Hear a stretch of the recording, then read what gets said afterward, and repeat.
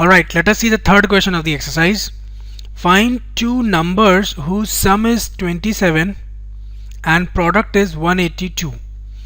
आपको दो ऐसे नंबर ढूंढने हैं जिनका सम 27 होना चाहिए लेकिन उनका प्रोडक्ट 182 होना चाहिए. तो एक काम करते हैं, देखिए सॉल्व कैसे करेंगे. Let one number equals to x. First number को x मान लेते हैं, लेकिन आपको गिवन क्या है कि सम ऑफ टू नंबर्स, आपको ये गिवन है sum of two numbers is equal to 27. अगर दो नंबर का सम 27 आउट ऑफ विच पहले को मैंने x मान लिया है तो दूसरा क्या होगा 27 minus x. Therefore second number is equal to 27 minus x. ठीक, तो फर्स्ट नंबर आपके पास x हो गया, सेकेंड नंबर 27 माइनस x हो गया. और एक कंडीशन गिवन है आपको कि दोनों का प्रोडक्ट 182 है. गिवन क्या गिवन है कि जो प्रोडक्ट है x इंटू 27 माइनस एक्स, दोनों नंबर का प्रोडक्ट, फर्स्ट नंबर x दूसरा 27 माइनस एक्स, इनका जो प्रोडक्ट है वो कितना गिवन है आपको 182.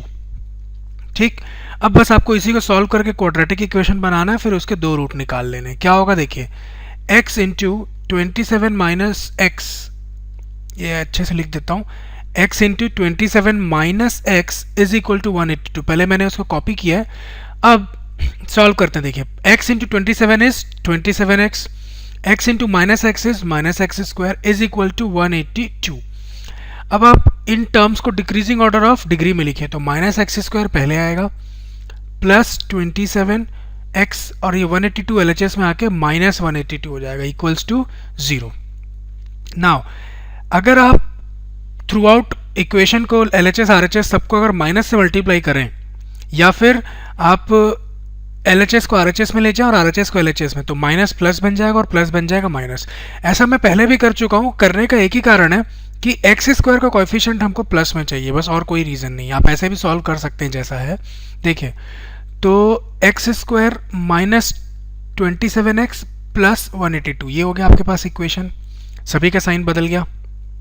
अब सॉल्व कैसे करेंगे, देखिए x square as such minus 27 की जगह bracket into x plus 182 equals to 0. अब एक्स स्क्वायर का कोएफिशिएंट कितना है 1 into constant term 182, 1 into 182 is 182. इसके दो फैक्टर निकालने हैं आपको जिनका प्रोडक्ट 182 होना चाहिए और सम या फिर डिफरेंस होना चाहिए 27. तो देखते हैं, 182 को आप ऐसे भी लिख सकते हैं 2 इंटू 91, 91 का डबल होता है 182. फर्दर 91 होता है 7 इंटू 13, 13 7 सा होता है 91. तो अब 7 2 सा कितना होगा 14 और इंटू 13 एज सच. देखिए 14 और 13 का जो सम है 14 प्लस 13 वो 27 होता है और 14 इंटू 13 क्या होता है 182. तो दो नंबर आपको मिल गए, दो फैक्टर 182 के, एक 14 और एक 13. ठीक, तो इसको ऐसे लिख लीजिए आप 14 प्लस 13. अब क्या होगा एक्स स्क्वायर माइनस 14x हो जाएगा, ये x यहाँ से और माइनस साइन अंदर, अगेन प्लस माइनस माइनस 13 और यहाँ से x प्लस 182 इक्वल्स टू 0.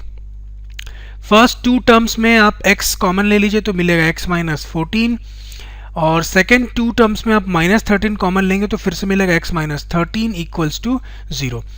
तो अब इस पूरे में देखिए x माइनस 13 जो ब्रैकेट में है वो कॉमन है, तो x माइनस 14 कॉमन है. यहाँ पे 14 होना चाहिए, 13 गलती से लिखा गया था.